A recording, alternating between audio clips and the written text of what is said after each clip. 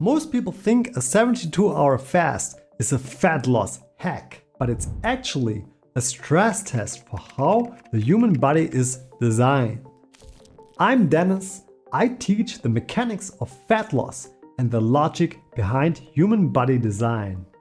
And today I'll show you what really happens hour by hour when food drops to zero and where the trade-offs begin. Chapter 1, 0 to 24 hours. The buffer tank. Most people think nothing happens on day 1. That's already wrong. Your body runs on buffers, not panic. The first buffer is glycogen, stored glucose in your liver. Think of it like a backup battery. Once food stops, insulin drops fast, glucagon rises. The liver starts releasing glucose to keep your brain alive. Muscles don't help here. Their glycogen is locked locally. This is why you can feel hungry but still function. Important flip. Fat burning already starts here, not later, not on day 3, within hours.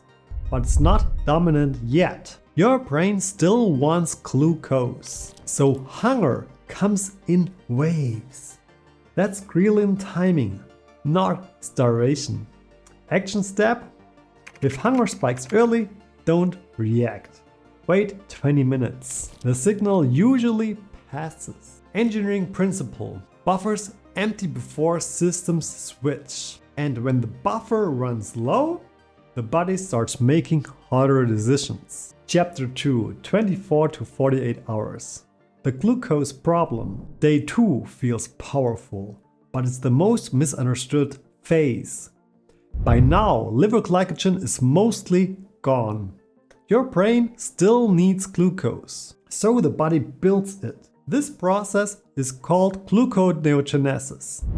Translation: you're making sugar from non-sugar, from lactate, from glycerol, and yes, from amino acids. This is where fasting gets romanticized.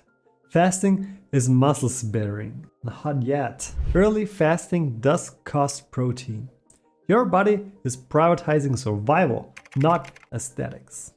Cortisol rises to mobilize fuel. Growth hormone rises to limit damage. It's a trade-off system. Here's the mindset flip. This stress is not a free upgrade. It's a bill. Sometimes worth paying, often not.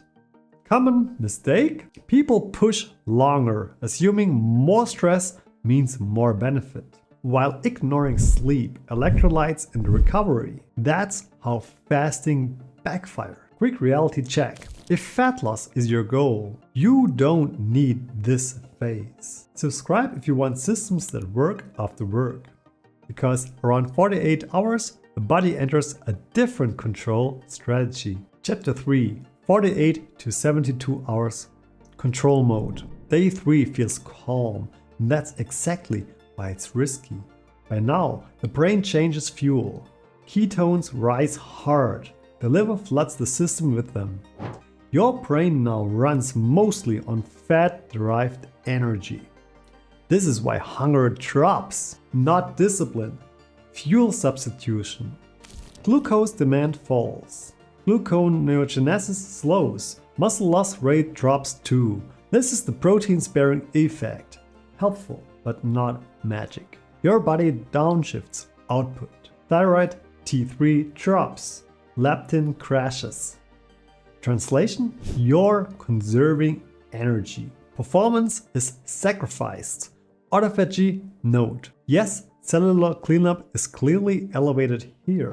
Low insulin, low amino acids, strong recycling signals. But here's the honesty.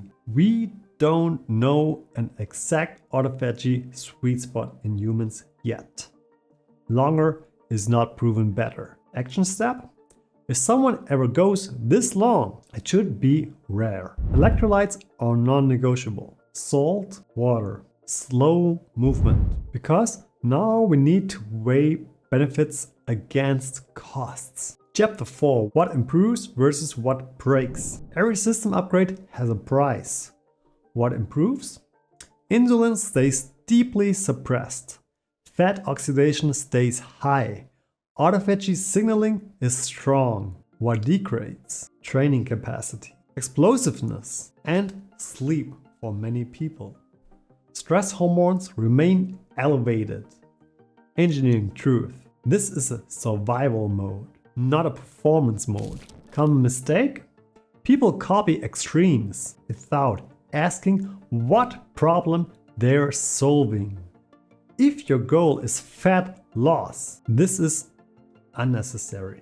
If your goal is deep cellular maintenance, used rarely, it may have a place. So let's close with the skill tier upgrade. A 72-hour fast isn't magic. It's a maximal stress test. It reveals how the human body survives and where costs start to rise. Here's the upgrade. You don't need extremes year-round. A couple of times might be absolutely enough per year. Shorter fasts might work too for autophagy, like ADF, alternate day fasting. Training-induced stress is a must-have, and fast